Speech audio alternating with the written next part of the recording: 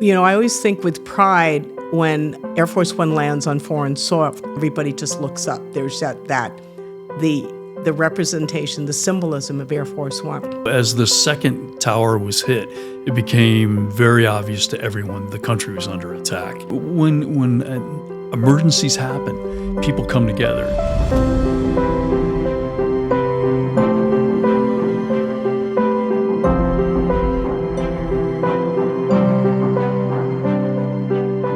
Happy Thanksgiving. Welcome to Dr. Connie's House Calls, and we are celebrating the month of November, which is about Thanksgiving Day today, but also not only Thanksgiving, but our veterans. So I always start with my personal thanks. Number one, for our country, the United States of America, for our freedom, the freedom of speech, especially that allows us to speak today, for our faith, our family, and our friends, and the other F word is fearless, for being fearless, our veterans to whom we dedicate this show. So first, I want to thank our listeners who are celebrating birthdays this month of November, primarily Ronald Burns, who is one of my neighbors, Tom Scaglione. Happy birthday, Tom. Margie Jones, who is the grandmother of my children and the great-grandmother of my grandchildren. Judy McGuire, wife of my friend Frank. Dr. Jeffrey Zeig, whose wedding I performed to his wife Julie a year ago. Mark Brinkmeyer, Bob Houston, Sarah LaBelle, Georgia Bunn. Happy birthday, Georgia, whose wedding I officiated last month. Sally Gardner, Dr. Christine McKenna, happy birthday. Greg Wiley, Frank Brown, Vicky Valdez, one of my oldest friends. Happy anniversary to Paula and Alan Sears. And also the month of November, as I mentioned, Georgia Bunn. Actually, I did her wedding a few weeks ago on her birthday, and she married Tommy. Georgia was my guest on my Widow's Walk when we talk about widows, the 2%ers who remarry. So happy wedding to you two, Georgia and Tommy. And in terms of business anniversary, my private practice turned 19 years old November 11th on Veterans Day this month. So kudos to all those patients of mine who have supported my practice all these years. So November 11th, we honored Veterans Day. It honors the military veterans of the United States Armed Forces. We salute the men and women in uniform. Very few jobs come with the proviso that you might risk losing your life. Now, how many of you out there go to a company and the human resource guy says, well, you know, you could come home in a body bag, right? Are you willing to sign up for this job? And a lot of times it's not the most pay. You don't go into the military thinking you're going to be a millionaire, but you're going to put your life on the line. So how many people actually sign up for that? Very few. So they've signed up for these jobs that are incredible. And I always ask people, especially those running for office, would you die for your country? You know, I would ask anybody who is willing to take on a job to serve this country if they would die for this country. What are you willing to sacrifice? Would you sacrifice your life for this country? I was very fortunate to have served 24 years active duty since in the military and the Navy. I retired in 2001. I came from a Navy family, so it was in my genetics. My father and his uncles and his brothers all joined the Navy in the 1940s when the United States had an agreement with the Philippine Islands that if you were a native Filipino, male, of course, at that time, you joined the U.S. Navy, became an American citizen, were brought to the United States, and in the Navy you serve as enlisted. And so that's what my father did. He joined the Navy, served for 30 years. I grew up on Navy bases, starting with Pearl Harbor, Taipei, Taiwan, Washington, D.C., until my dad retired in San Diego in the 1970s, and then went to work for the post office. So I've really been blessed looking at my family, my father's side of the family. Since the 1940s, we've had Army, Navy, Air Force, Coast Guard. Haven't had any Marines in my family, but if I've tallied up how many years of service to America from my family, it's over 200 years of service. We had one member of my family, my cousin Jude, died about 15 years ago on active duty. He was stationed in Qatar. He was Air Force at the time. He was IT, and he was killed in a car accident. So he came home, and his family are a Gold Star family. So the month of November, as in November 11th, we paused to honor our veterans, and I'm trying to think, who do I know among my veteran friends to honor? And instantly came up to somebody who I've spent a lot of time with in my former tour at the White House, and that's no other than the Air Force One pilot, Air Force Colonel Mark Tillman, who's here today in studio. Hi, Mark. Hey, hello. Happy Thanksgiving. Thanks for inviting me. Well, thanks for being here today on this special day. You know, being here with Colonel Tillman, we started to relive memories of our times stationed at the White House. But let me first go into his background, and then we're going to share a little bit about his special assignment as Air Force One pilot, especially Air Force One pilot during 9/11, flying President George W. Bush to safety. So let me talk a little bit more about the background here of Colonel retired Mark W. Tillman. He was selected as President George W. Bush's pilot and the commander of Air Force One in 2001. Colonel Tillman commanded Air Force One on September 11, 2001, keeping the president and his staff well protected and invisible to those that would do him harm. His plan of escape and evasion ensured the president remained connected to first responders and key decision makers around the world. Excellence and motivation is in a zero-fail environment is the cornerstone of Colonel Tillman's success. Shortly after the liberation of Iraq, the president asked to visit the men and women of the United States military in Iraq. Specifically, he wanted to have Thanksgiving dinner. How many years ago was this? 2003. 2003, Thanksgiving dinner with the troops. Traveling to the other side of the world with the President of the United States is a challenging in itself, but this mission required Colonel Tillman to develop a plan that ensured complete secrecy with little to no help from the U.S. military. Hush, hush. Fooling the world, he orchestrated and personally executed a covert operation allowing the president to serve the U.S. servicemen and women Thanksgiving dinner in war-torn Baghdad, Iraq, without any incident. Once again, flawless planning, execution of a mission with high stakes, zero margin for error. Colonel Tillman's distinguished career spanned 30 years in the United States Air Force. Utilizing his Bachelor's of Science degree in Chemical Engineering, Tulane University, 1979, he worked as a rocket propulsion engineer upon entering the service, but was bit by the flying bug and was selected to attend the U.S. Air Force pilot training. His flying experience includes time as a T-37 instructor pilot for undergraduate pilot training, a C-130 transport pilot, VIP airlift as a pilot in the Gulfstream 3 and 4, and presidential pilot in the VC-25 or Boeing 747. It's the only way to fly. I was fortunate to have flown 9 years on Air Force One. There's a separate medical compartment, which is wonderful, and it was a great place to work. Colonel Tillman was awarded the Distinguished Flying Cross in 2004 and promoted to Brigadier General by the President of the United States, the first military line officer to receive this honor, not confirmed by the Senate Armed Forces Committee. He was honored to have served the White House, proud to be a member of the United States military. Colonel Tillman's career is filled with potentially life-altering events, responsibly that very few leaders have experienced. So Colonel Tillman continues to mentor others, serving as a consultant in the aerospace industry and flying as a corporate pilot. I mean, your career alone is a movie. I mean, it's better than a movie. Well, thanks for being on our show. Well, thank you for having me. This is neat. It's a lot of fun. Well, you know, we're in an interesting setting today, and another first. Thanks to technology, the studio for house calls, Voice America, has gone remote until we get a new building set up. So rather than be in our green room recording with the little egg crates on the wall, we are doing at a remote site, relocation site, quite glamorous, but we're not going to tell you where. It's ultra secret. But we have a crew here from Sprolo who is sworn to secrecy in their equipment and our location, so we can film this. Also, so you get the visual and you have the audio on Voice America. So Colonel Tillman is one of the first, and he's always involved in these covert missions and among the first. So you have just an amazing career. But what led you in the beginning to say, I want to join the Air Force? I mean, because you could have just done engineering work, done other things. So the challenge for me was going to school. The family was basically middle class with a father was a construction worker. Every one of the children were told the same thing by my dad. He said, hey, we've got enough money to pay for one semester. We'll figure it out, though, after that. So first semester at Tulane, I sat next to a guy in calculus who was wearing an Air Force uniform. He explained to me he had a 4-year ROTC scholarship. And then he introduced me to the Air Force.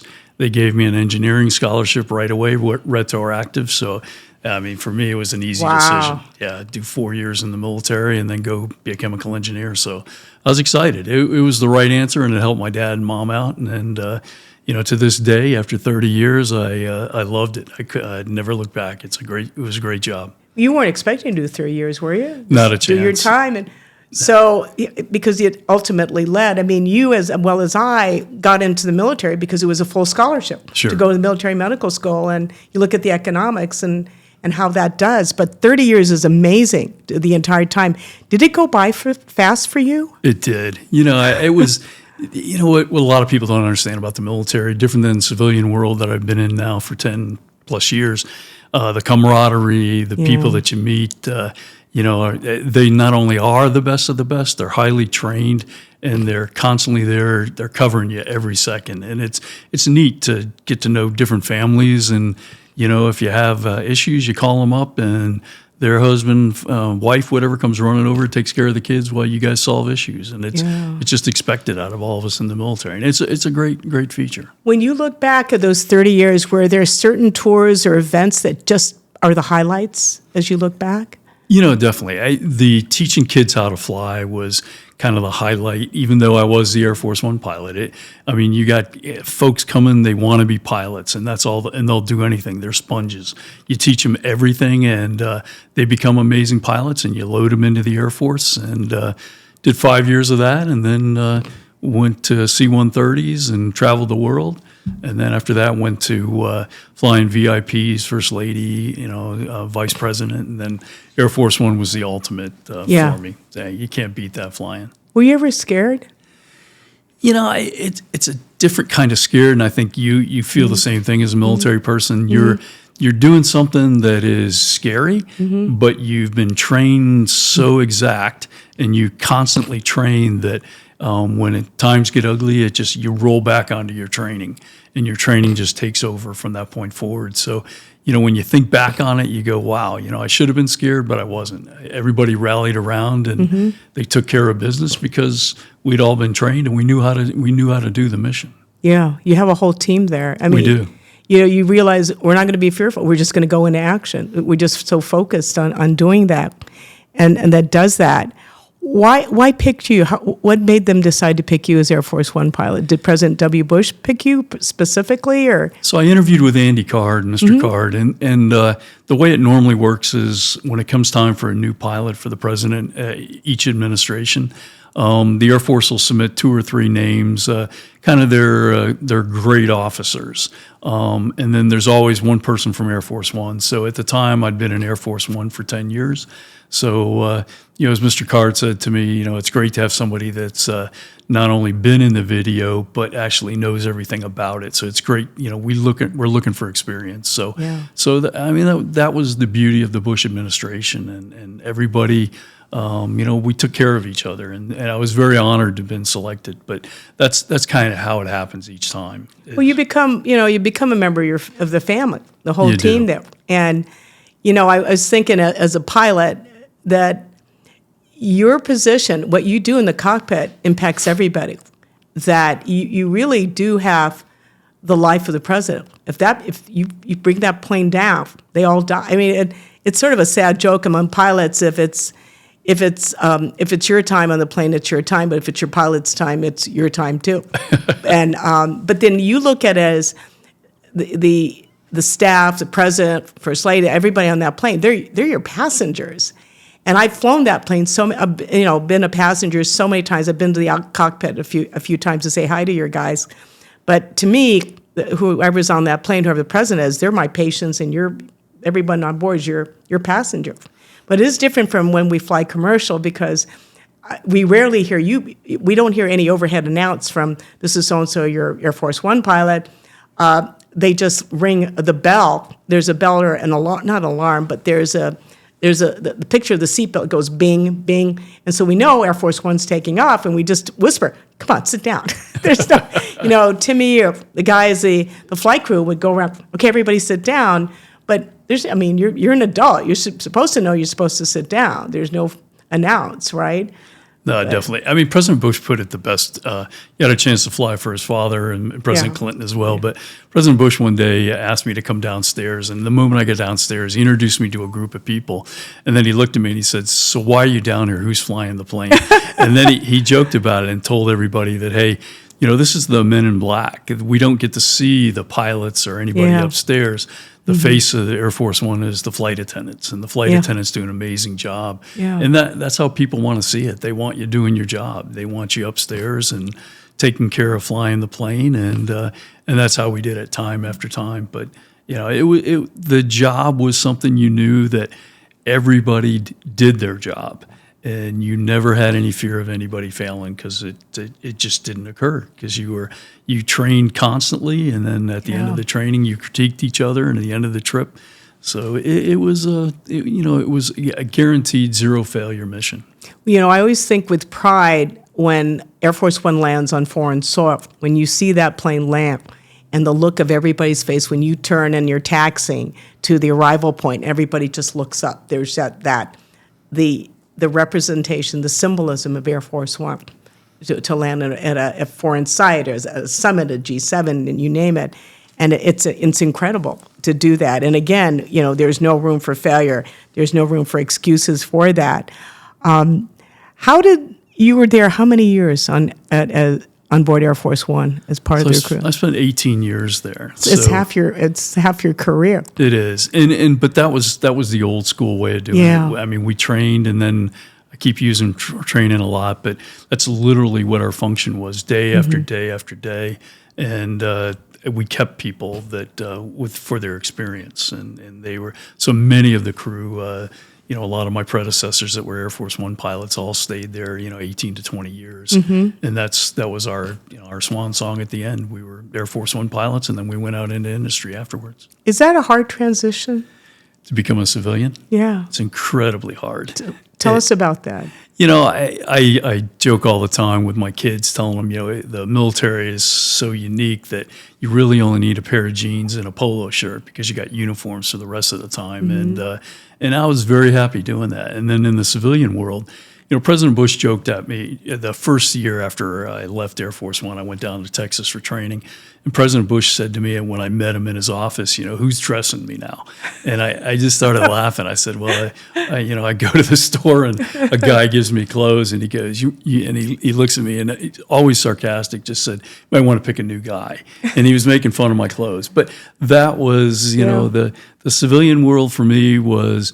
It's different. I mean, the pilots are good pilots, but it's a different camaraderie. Yeah. No one ever, in the civilian world, a lot of people are worried about their positioning and the money they're making, et cetera, et cetera. In the Air Force, you all made the same salary. And the only way to make a better salary was to get promoted, and you knew how to get promoted and what it took to do that. But and everybody's salary. No, absolutely. There's no difference. No, nothing wrong with the civilian world whatsoever. It was just a different way of leading people. I mean, you really had to think about different things and support, and the camaraderie slowly would come, but it wasn't Friday night, the families getting together, going to the old club and whatever, that kind of stuff. So it took a while to transition. I'm fully transitioned now. How long does it take? How long did it take for you? It took me 2 years, I would guess. Okay. Yeah, it was. But a lot of my friends had the same issues. I mean, we all did the same things when flying outside of the military. So, and in fact, when you showed up today, and you always know that if you're 15 minutes ahead of time, you're on time, right? Because in the military, all my military friends, they're always there 15 to 30 minutes early. Definitely. As that's what you do. But it is a transition because your whole mindset is this is how we serve. The mission comes first. You take care of your troops.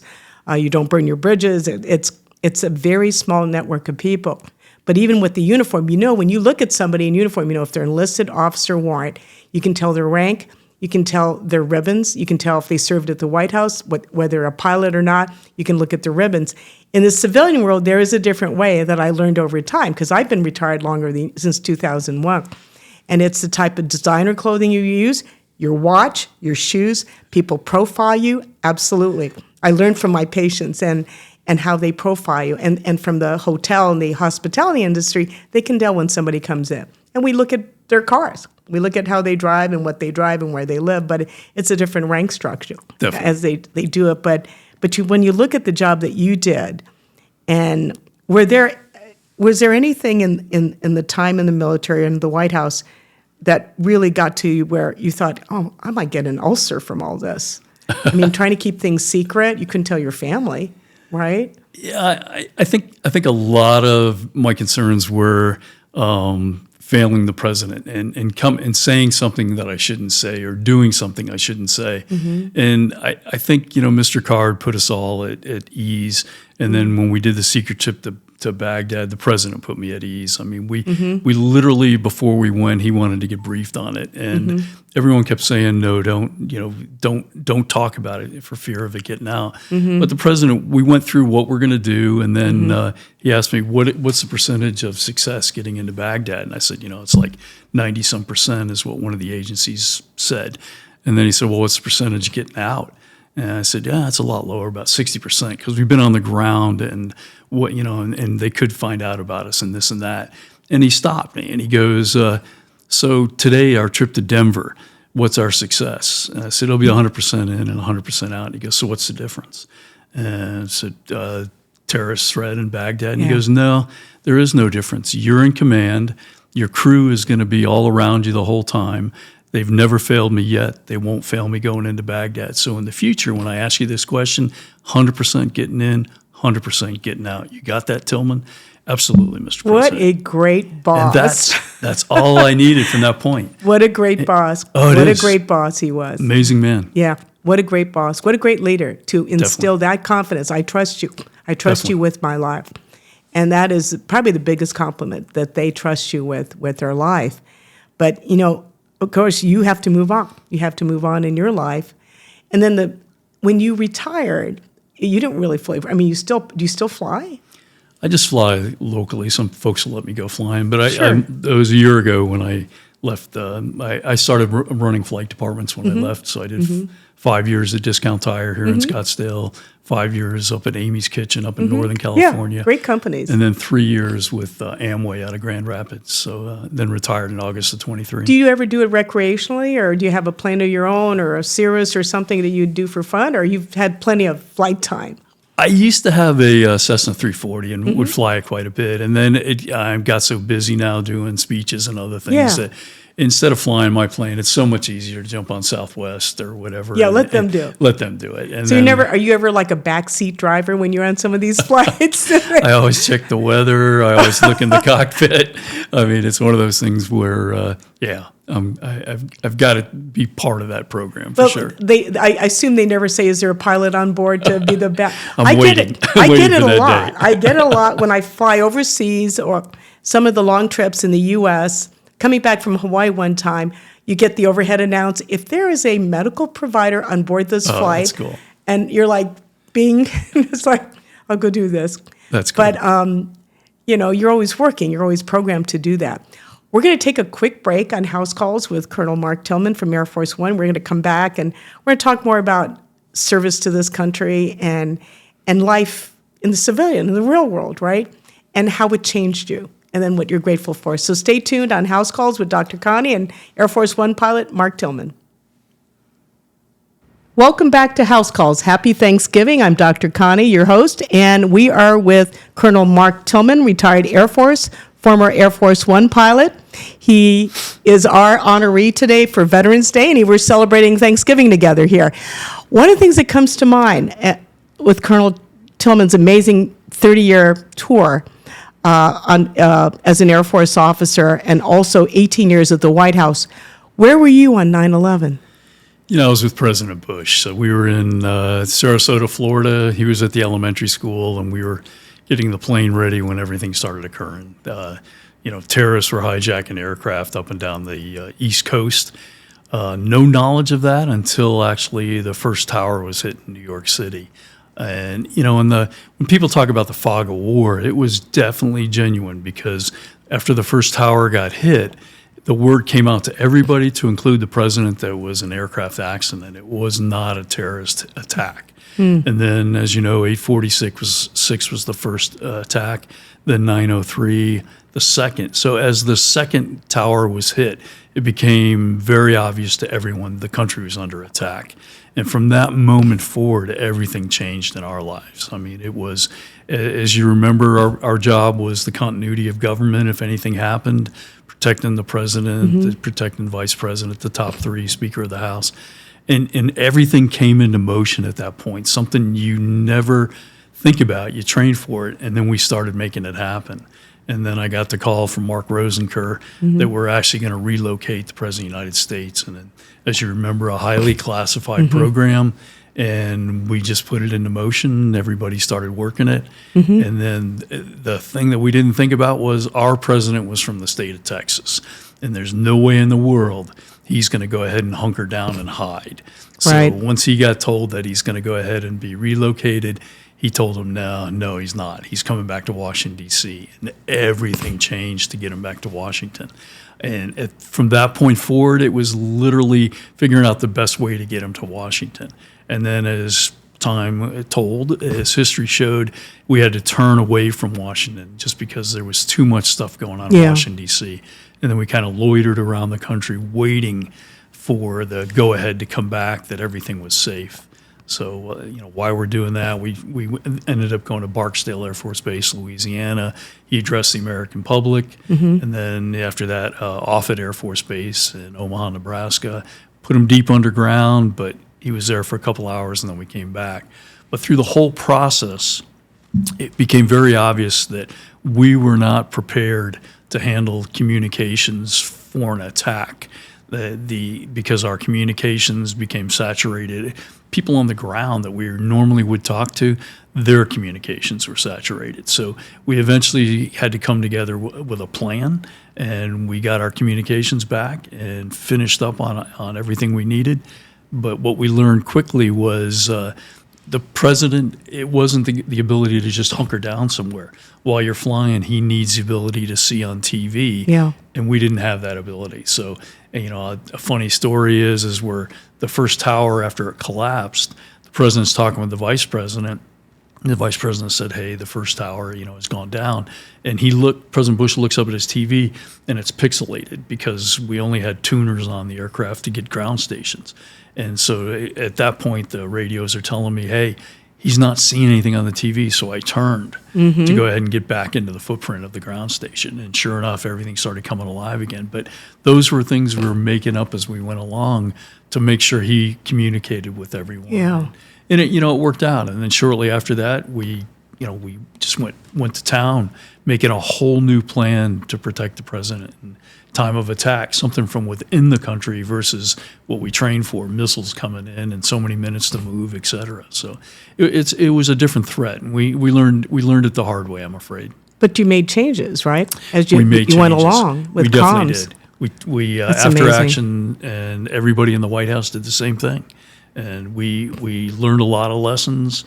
And the key to it was, Mr. Card and the president told us all to look at how we failed him, and the president gave examples in his mind, and sure did. We took care of business. So Yeah. You were given a whole totally new scenario that you it never was- thought would happen. it was completely out of the books. You never expected somebody to infiltrate the country Sure. and attack from within. So. I remember when I became physician to President Clinton, I sat down with Rich Miller, who was head of Secret Service, his detail, and I said, when was the last time we had an assassination attempt? And he says, Connie, it isn't if, it's when, and be prepared. And that really shook me up. He said, we have to prepare, and you make changes in your organization for the worst case scenario. But then if you could have never thought of this scenario, but what was great about you guys, you made changes. You beefed up your comms to make it work, to make that happen. But you look at the tremendous leadership, starting at the top that you had with President Bush and his team. Did anybody lose their temper?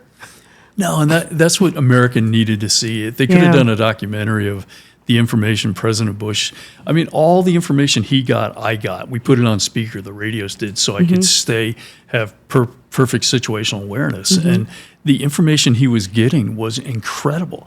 What's going on in New York City, what's going on in the Pentagon, the amount of people are injured and what they're doing, and Mayor Giuliani and all these people contacting him. It was constant.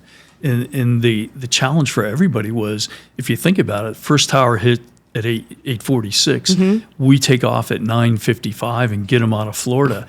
And, by shortly after 10 o'clock, all the targets had been hit. All the hijacked airliners are now either on the ground, have been ditched or hit. And so, I mean, we're talking a relatively short time frame, but yet we continued on because we didn't know what the scenario was. Were you the only plane in the air, in the sky? With the backup plane as well. Yeah, but the only one, right? So they eventually grounded all the aircraft, put them all down. Wow. Which made it really easy for us. I mean, the controllers, air traffic controllers weren't, they could only respond to us. They couldn't talk to us. Wow. And that's all I wanted because I didn't want to give away our positions. So. And your families, No one was allowed to contact You couldn't them. call your family and tell them we you're didn't okay? want it. Yeah. Because I think the people who are our age will still remember where they were in 9/11. And I had retired from the Navy. I moved here. I just started off working at Mayo Clinic. And I was on my way into the clinic to do physicals that day. And I had pulled over, went to Starbucks, go get my Frappuccino, got in my car. And I was listening to the news, and I thought, my goodness, it's almost like Orson Welles' War of the World. And I thought, well, wait a minute, this is live. And so I had the phone number to my old office on the ground floor of the White House, and I called.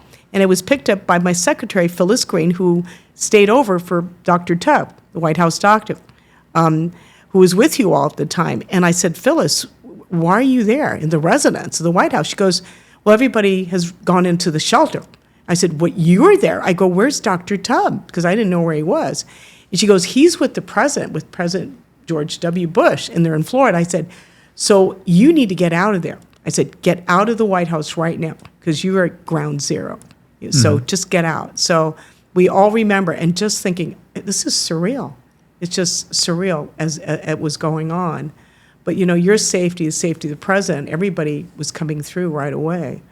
And I think for that, just the fact that you were level-headed, you took care of everybody, you accomplished your mission, there's not much excitement in civilian life too much, is there? No. to like that. Not that Please give us boredom.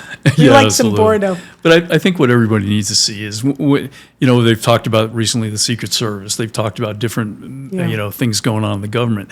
When emergencies happen, people come together. And, there's not a Secret Service man, woman that I've ever met that I've ever doubted. I mean, they have always been there for me and for everybody. And, I'd do anything for them and they'd do anything for me. So, I have the greatest admiration and respect for all of them. I look back at those years. I did 9 years.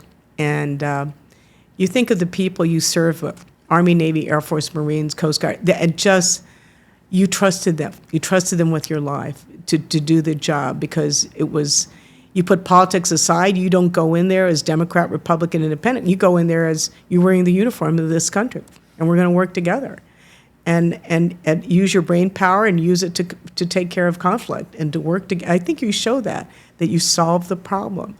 Oh, definitely. And in the beauty of the job we had at the White House was every service was represented, and everybody was top notch. And we came together and we joked about what service they were in. I was obviously the foo-foo service, the Air Force, but the Marines and the Navy the and grunts. everybody else, they all would joke with me. But in the end, we broke bread together and we took care of business. It's with affection. Absolutely. It was always with affection. So if a young airman or somebody in college came to you today and said, I'm thinking of joining the Air Force, I want to be a pilot, what would you tell them? I'd tell them to definitely do it. I mean, the challenges associated with being a civilian pilot these days, it's costly. It takes a lot of time. Where if you join the military, You got to join the military with the right mindset. Obviously, you can become a pilot, but you got to understand that you're going to go through hardship. So when I got out of the military, I had a civilian pilot tell me that he was going to teach me everything that he's learned because I was spoon fed in the military. And I understand their concept of that. A year of pilot training versus they came up the hard way. 5 to 6 years or whatever. But I don't see it as being spoon fed. I always saw it as we take care of each other. We train as hard as we can train. And if you don't make the standard, then you're not going to be part of that team anymore. And we were never afraid to make the call of that. So point being, the military. I would tell them definitely join the military. Right now the times are 10 to 11 years, but 10 to 11 years will go by really quick, and you get some amazing experience. You get to fly a lot, and that's what it's about. And then you can always get out after that if you want. But the military needs people now. There's so many threats around the world. We need good people. Yeah. And those people that I know that are the best of the best that are flying the military now, when they ask me if they should get out, I think about it a different way than they do. I want them to stay in because when we go up against different countries, I want them as the best of the best fighting the fight. I don't want a new guy with 2 years experience. I want a guy with 10 or 11 years leading the right people and taking care of it. And, I'm always under, like Top Gun, I'm always under that scenario where I'm thinking, maybe they're going to call me back like they did Maverick, and I'm going to be there. Uniform's going to be a little tight, but they'll let it out for me. But I'll be part of the team when we go to war again. So and it's that mentality that makes veterans different because they're willing to go back. If you call me back, we'll go back. We'll absolutely. Serve. You'll serve in a heartbeat. No, absolutely. But you think of the sacrifice and how difficult it is, and that there's a lot you sacrifice. Where are you going to a job? And they go, well, we're going to send you somewhere else. You don't make the decision. You don't make the call. We're going to station you somewhere. And if to go into the White House, you can't just say, I want to go work at the White House. You have to be nominated. You have to go through a background check, a security clearance. You have to do this. And you can't pick your hours. You're going to have this set hours. You can't just say, I really don't feel like flying that day. I want to take a day off. You never get a day off, right? You've gotten those phone calls. President's going to travel. He needs to do this. Finally, last moment, foreign leader dies. You need to fly somewhere. You've got to relocate. You've got to move. You always have to be on the go. No, it's a challenge, isn't it? I think when I retired, my son gave me the biggest, not a smack in the face, but he wanted me to know how proud he was of me. I missed literally, when the time I retired, I missed 12 birthdays, 7 Christmases, and I wasn't there for his high school graduation. Ooh. And, I apologize to him all the time, but he hugged me and he said, hey, that's what the United States military is about. And Dad, I know you were thinking of me the whole time you were gone. And, that's just what it's about. Yeah. And, son's in the Navy now. And, the Navy folks, I'll admit, the Navy folks have it tough deploying for so long. And the Navy family that's waiting for them at home, that's a big thing. All the families now, all the service families. It's a different time than when we served for definitely deploying, et cetera. It is about sacrifice. That's why I think for veterans, we thank them because you realize who would sacrifice that, right? How many people out there are willing, I don't want to do that. I don't want to be told what to do. I want to pick my... But I think that was part of the joy that you're with a group of people who believe in that. And said, you send me on a mission, I'll do it. I'm in on that. So definitely, you have that. So because it's Thanksgiving, I always like to ask my guests, so when you look back, what are you grateful for? What are you thankful for? I'm thankful of what God has given me, and I'm very thankful for my family and everything. I reflect every day, but on Thanksgiving, it's neat to see what my kids have done. It's neat to see all the people, in the military that contact me. November 11th, Veterans Day, I got no less than 100 texts.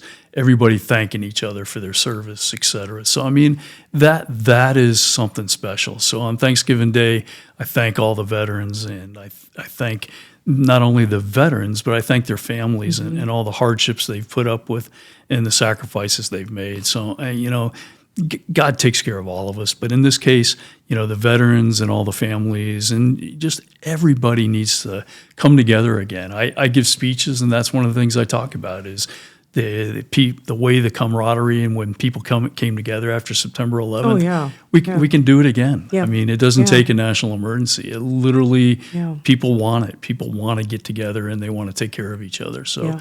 that's the thanks I give and the prayers I give at Thanksgiving is to have everybody come back together again and, take care of each other. Well, when you realize the Pilgrims, it was at the end of a very difficult time Sure. that they sat down and gave thanks. It was after difficult, death, tragedy, just a hard time that you're so grateful for all that. But life goes on, and we just got through a presidential election, difficult time, and there are people out there who aren't happy about the outcome. There are people who are happy about the outcome. But despite all that, we're American, and that's how we voted, and we believe in our democracy and the system, and we believe whoever's president, we are supportive of the president as American citizens. People can disagree all they want, but in the end, the people have voted. But you look at change, and a lot of times it's accepting of change, and it's really the attitude of gratitude. As a physician, I think, the biggest thing that helps people become resilient is to be grateful. And in the hardest and most difficult times, when you can give thanks for all the things that we have. And I checked out, what is it about giving thanks that is a good thing for everybody? And it opens the door for relationships. If you can say, I give thanks for having you as my friend, I give thanks for a veteran, it opens that door to connect with other people. When people thank you for your service, you appreciate that they value you. Mm-hmm. They value your time. It also improves physical health, increases your endorphin levels, decreases your cortisol, because it makes you feel good when somebody says thank you. It also psychological health, it helps that. It reduces a lot of toxic emotions like envy, anger, frustration, regret. I always tell patients who are having a rough time, I said, at the end of the day, if you can sit down and name 3 things for which you're grateful, just name those 3 things and say, it wasn't that bad. When you can think of the hardest, most difficult day that you got through it, the most difficult thing. And then it also increases your empathy towards other people. When you're grateful to them, you acknowledge them. Believe it or not, it helps you sleep better if you are more grateful. It also increases your self-esteem because you acknowledge other people for what they've done. And then your mental strength. And it's really your resilience. It's one way to get through the tough times because, as we acknowledge, life is about changes and about endings. And, we're all getting older. I see in my career people dying now, and that's a very common thing. As a widow, I work with widows all the time who've lost their husbands and other family members who've lost loved ones. And, how do you get to accept that? And then, grateful for the memories, grateful for our time together. Any other secrets of your success, your time there and military that you want to share? Yeah, the greatest leader was as a lieutenant. When I was a lieutenant, and there was an 06, a colonel in my first assignment, and he used to come into the office and he'd walk up to you and he would say to you, "Hey, you need a hug," and he would give you a big man hug, and then at the end he'd give you a little smack on the side of your head. It's a guy thing. Yeah, it's a guy thing, and he would tell you, "Lieutenant, you got a whole career ahead of you, and I'm going to come in here once a week and give you a hug. But if you need one, just stand out in the hall and yell out, 'I need a hug.'" Wow. And it was, that was the commander that we would all rally around day after day after day. Just a great man, great family. You would die for that person. I remember when my late husband John was alive, we were just newlywed, and I overheard him on a conference call with his staff. He had like 3,000 employees for his company, Harvard Business School guy, ran a big company, international, and he was yelling. I'd never heard him yell like that. And I walked in after his meeting. I said, "Was that you?" And he goes, "Yeah." I said, "Were you yelling at those people?" He goes, "Well, yeah, they need to hear it." And I'm like, I said, "Well, maybe we were trained differently. Maybe they taught you different at Harvard Business School. But, I was trained in the military maybe because I was medical corps. But, when you lead by fear, which is what you do, you led by fear, people will do it. But they won't like you very much. They'll hate you. They'll stab you in the back. And I really find that if you lead by love, people will do anything for you. They will die for you. Mm. And I think what you've been blessed is to have an incredible boss who respected you and just said, "You know what? It's about human relationships that lead us to lead and to inspire people to be their very best. Sure. Because you want to please them. Definitely. You want to please them.